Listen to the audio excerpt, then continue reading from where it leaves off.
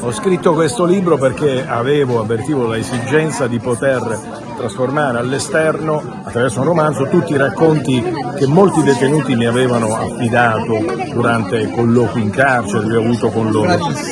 Ho isolato 3 storie, le ho costruite attorno a un personaggio e ho voluto far esaltare le incongruenze della giustizia, alcuni temi che sono di scottante attualità, come per esempio il carcere duro, come l'ergastolo ostativo che ora si sta cercando di cambiare. Il protagonista del mio romanzo è un personaggio fittizio a cui però accadono cose realmente accadute. A chi consigli di leggere il tuo libro? Questo è un libro che va letto a qualsiasi latitudine, a qualsiasi longitudine e soprattutto potrebbe essere molto istruttivo per le nuove generazioni per formarsi una coscienza civica.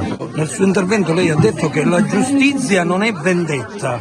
Certo, perché è qualcosa che supera l'istanza vendicativa e tiene in considerazione la dignità del detenuto e il dolore delle vittime. Cosa dire del libro di Carmelo Sardo? Che è un bel libro, che bisogna comprarlo perché è uno stimolo per delle riflessioni importanti, a cominciare dalla condizione dei detenuti, della condizione carceraria e del tema attualissimo dell'ergastolo ostativo e dei momenti di detenzione particolari che riguardano coloro che si macchiano di gravi reati di stampo mafioso.